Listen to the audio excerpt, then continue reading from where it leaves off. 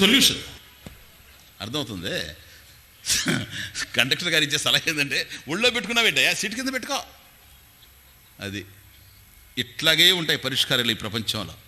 కనుక మన ప్రేమలకి మన ఆశలకి ఇక్కడ పూర్ణత్వం లేదు గనక హే అర్జున, పరమేశ్వరునికి సంబంధించిన జ్ఞానం నిన్నటి వరకు నీకు కలిగింది. సృష్టి ఏమిటో చూచావు, సృష్టికర్త ఏమిటో చూచావు. మొన్న ఒక చోట ఆపాం, మర్చిపోయి ఉంటారేమో, జ్ఞాపకం చేస్తున్నా. అహం సర్వస్య ప్రభవః మత్తః సర్వం ప్రవర్తతే ఇది మత్వా భజంతే మాం బుధాః భావ సమన్వితాః. హే అర్జున, 10వ అధ్యాయం విభూతి యోగం. అహం పరంబ్రహ్మ వాసుదేవాఖ్యం సర్వస్య ప్రభవః సర్వస్య జగతః ప్రభవః ఉత్పత్తిః. అహం సర్వస్య ప్రభవః మత్తః సర్వం ప్రవర్తతే. మత్తః ఏవ సర్వం ప్రవర్తతే. మత్తః ఏవ సర్వం జగత్ ప్రవర్తతే. నా నుండే ఈ ప్రపంచం పుట్టుకొని వచ్చింది, నా వల్లనే ఇది నడుస్తూ ఉంది, పోషింపబడుతూ ఉంది. అక్కడికి ఆపేశాం ఆ రెండు. ఇది మత్వ ఇది ఏవం మత్వ జ్ఞత్వ. ఈ విధంగా ఎవరైతే తెలుసుకుంటూ ఉంటారో ఈ సమస్తమైనటువంటి జగత్తు భగవంతుడి నుంచి ఆవిర్భవించింది, ఆయన వల్లనే పోషింపబడుతూ ఉంది అనేటువంటి సత్యం ఎవరికైతే తెలుస్తుందో వాళ్ళు బుధాహ, బుధజనులు, భక్తులు వాళ్ళే, జ్ఞానులు వాళ్ళే, ఈశ్వర జ్ఞానం కలిగిన వాళ్ళే భక్తులు. బుధాహ అవగత పరమార్థ తత్వాహ బుధాహ భావ సమన్వితాహ మాం భజంతే. మాం ఈశ్వరం పరమేశ్వరం భజంతే సేవంతే ఇత్యర్థః. కాబట్టి వాళ్ళు నన్ను భజిస్తారు అన్నాం. కనుక ఈ శ్లోకాన్ని ప్రారంభం చేసి 2వ రోజు పరమేశ్వరుడి నుంచి సృష్టి ఎట్లా వచ్చిందో అర్థం చేసుకున్నాం. అహం సర్వస్య ప్రభవః మత్తః సర్వం ప్రవర్తతే. ఆయన వల్లనే ఈ ప్రపంచం అంతా ఎట్లా జీవిస్తూ ఉందో, మన దేహం కూడా ఆయన వల్లనే ఎట్లా నడుస్తూ ఉందో మొన్న అంతా కూడా చూచాం. కాకపోతే ఒక డౌట్ వచ్చింది. అదంతా అయిన తరువాత మరి ఇది నిజంగా సృష్టియేనా, సృష్టికర్త ఉన్నాడా, భగవంతుడు ఉన్నాడా లేదా, ఇది ఉన్న ఫలంగా ఊడిపడిందా అనేటువంటి ప్రశ్నను లేవనెత్తాం. ఇది సృష్టికర్త ఉన్నాడు, ఎక్కడ ఉన్నాడు, ఈ విషయాన్ని నిన్న తీసుకొని వచ్చి కంప్లీట్ చేసేసాం. ఇప్పుడు తెలుసు మనకు సృష్టికర్త ఎక్కడ ఉన్నాడు. కాబట్టి ఆయన లేని ప్రదేశం లేదు అనేటువంటి నిర్ణయానికి నిన్ననే వచ్చాం. ఇది అర్థమైంది గనక ఇప్పుడు భక్తి సాగుతుంది. ఉన్నదంతా ఈశ్వరుడే గనక, అభిన్న నిమిత్త ఉపాదాన కారణంగా పరమేశ్వరుడే ఈ సృష్టి అంతా నిండిపోయి ఉన్నాడు గనక ప్రేమించదగినటువంటి వాడు పరమేశ్వరుడే, పొందదగినటువంటి వాడు పరమేశ్వరుడే. ఇక్కడ అన్ని అనిత్యమైనటువంటి సంబంధాలు, అనిత్య సుఖాలు, నిత్య సుఖం పరమేశ్వరుడి నుంచి అందుతుంది అనేటువంటి జ్ఞానం సుస్థిరంగా ఏర్పడింది. ఇప్పుడు ఆ వైపు తిరుగుతూ ఉంది. తమేవ శరణం గచ్చ సర్వభావేన భారత. 18వ అధ్యాయం భగవద్గీతను కంక్లూడ్ చేస్తూ ఒక మాట అంటాడు. హే అర్జున, తమేవ తం ఈశ్వరం పరమేశ్వరం తం ఏవ ఈశ్వరమేవ, భగవంతుణ్ణే తమేవ శరణం గచ్చ. శరణం ఆశ్రయం గచ్చ, భగవంతుణ్ణే శరణు పొందు. దేనికి? సంసార ఆర్తి హరణార్థం. ఈ ప్రపంచంలో ఏ దుఃఖాన్ని అయితే అనుభవిస్తూ ఉన్నామో పుట్టిన మొదలుకొని, అంతకుముందు అనేక జన్మల్లో ఏ దుఃఖాన్ని అయితే అనుభవించామో, దేహ సంబంధమైన, ఇంద్రియ సంబంధమైన, మనో సంబంధమైనటువంటి దుఃఖాలు, ఇతరులతో ఉండేటువంటి సంబంధాలు, వాటి వల్ల ఏర్పడేటువంటి దుఃఖాలు, ఇవన్నీ ఏవైతే మనం అనుభవిస్తున్నామో ఇదంతా కలిసి సంసారం. సంసార ఆర్తి హరణార్థం.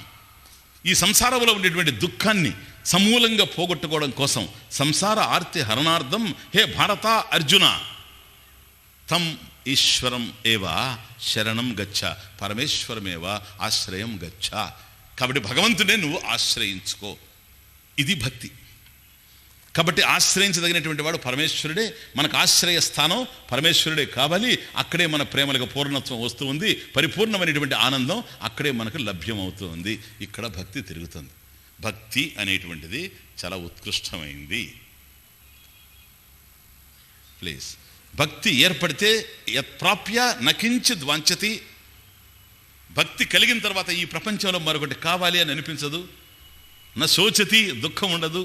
నా ద్వేష్టి, ద్వేషం ఉండదు. నా రమతే, ఈ ప్రాపంచిక విషయాల్లో రమించాలనే ఆసక్తి ఉండదు. ఇదంతా కూడా భక్తి మనకు ప్రసాదిస్తూ పోదు. బుద్ధిని శుద్ధి చేస్తుంది భక్తి, బ్రతుకును భగవన్మయంగా మార్చుతూ పోతుంది. ఇది భక్తి. ఈ భక్తి ప్లీజ్ ఈరోజు భక్తి ప్రధానంగా చూస్తున్నాం కనుక అన్నీ ఇప్పటివరకు ఎట్లా అర్థమైనాయో ఇది కూడా అర్థమవుతుంది.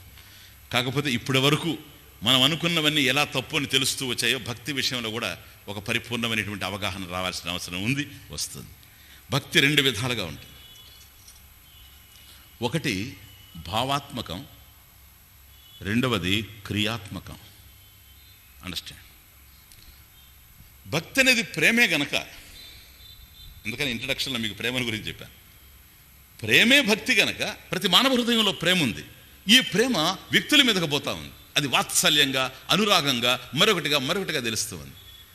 కాబట్టి ప్రపంచం మీదకి పరుగులెత్తేటువంటి ఈ ప్రేమ ప్రవాహాన్ని దారి మరల్చి శాశ్వతుడు సనాతుడైనటువంటి భగవంతుని యొక్క పూజ్య చరణారవిందముల యందు లగ్నం చేస్తే ఈ ప్రేమే భక్తి, అంతే, ఇంకేం లేదు. ప్రేమ మన దగ్గరే ఉంది. అందుకని అర్హత అనే ప్రశ్నే లేదు భక్తికి. ఎందుకని? అందరూ అర్హులే. జ్ఞానానికి అర్హత కావాలి. ఉదయం క్లాసెస్లో చూస్తున్నాం, సాధన చతుష్టయ సంపద ఉండేవాడే ఆత్మజ్ఞానం వినగలడు. భక్తికి అవసరం లేదు. ఎందుకని? భక్తికి కావాల్సినటువంటి ముడిసరికి అందరి దగ్గర ఉంది. భక్తికి కావాల్సింది ప్రేమ ఒక్కటే. ప్రేమ లేనివాడు ఎవడు లేడు ఈ ప్రపంచాల. కాకపోతే ఈ ప్రేమ ప్రపంచం మీదకి పోవడం కాకుండా పరమేశ్వరుడు వైపు తిరుగుతూ ఉంది. కాబట్టి భక్తి అంటే ప్రేమ స్వరూపమే కనుక ఈ ప్రేమ ఆంతర్యంలో ఉంది, ఆంతర్యంలో భావనా రూపంలో ఉంది, ఆంతర్యంలో భావనా రూపంలో ఉంది, బాహ్యంలో కర్మగా వ్యక్తమవుతూ ఉంటుంది. ఈ 2 చాలా ప్రధానమైన విషయాలు. ప్లీజ్, చాలా ఇంపార్టెంట్ కూడా. జ్ఞానం ఎంత విన్నా మనం ఆచరించవలసింది భక్తి. కాస్త జాగ్రత్తగా వినండి. ఈ 2 అర్థం కావాలి. భావనా భక్తి ఉండాలి, క్రియాభక్తి ఉండాలి. మనసులో భావన ఉండాలి, భక్తి భావన. అది ఎలా కలుగుతుంది? ఈశ్వర జ్ఞానం వల్ల ఏర్పడింది. నిన్నటి వరకు చూసింది అదే. కాబట్టి ఉన్నదంతా పరమేశ్వరుడు, పొందదగిన వాడు పరమేశ్వరుడు, అదే నిత్యానందాన్ని ఇస్తుంది అని ఎప్పుడైతే అర్థం చేసుకున్నామో ఇప్పుడు భగవంతుని మీదకి మనకు ప్రేమ భగవంతుని మీద పోతుంది. ఇది భావనలో ఉంది. ఇలా భావనలో ఉన్నటువంటిది కార్యంలో వ్యక్తం కావాలి.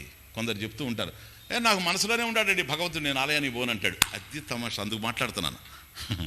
అర్థమవుతుంది? 4 పుస్తకాలు విని, లేకపోతే 5 ఉపన్యాసాలు విని, 4 చదివి అక్కడి నుంచి మొదలు పెడతాడు. నాకెందుకండి, స్వామీజీ కూడా చెప్పారు కదా, అభిన్న నిమిత్త ఉపాదాన కారణమని. అంతటా ఉండేవాడు ఇందుగరలందులేడని సందేహం వలదు చక్రి. కాబట్టి ఇక్కడి నుంచి నేను ఆలయానికి పోవాల్సిన అవసరం లేదంటాడు. ఆయన భక్తుడు కాదు, సోమరి. అండర్స్టాండ్? సోమరి, లేజీ ఫెలో, ఈజీ చైర్లో కూర్చొని లేజీ ఫెలో. అర్థమవుతుంది? ఎస్, మొగ్గ వికసించిన తరువాత పువ్వుగా పరిమళం రాకుండా ఉండే ప్రశ్నే లేదు. మొగ్గగా ఉన్నంత వరకు సువాసన రాదు. ఇప్పుడు మళ్ళీ మొగ్గ ఉంది, సువాసన రాదు.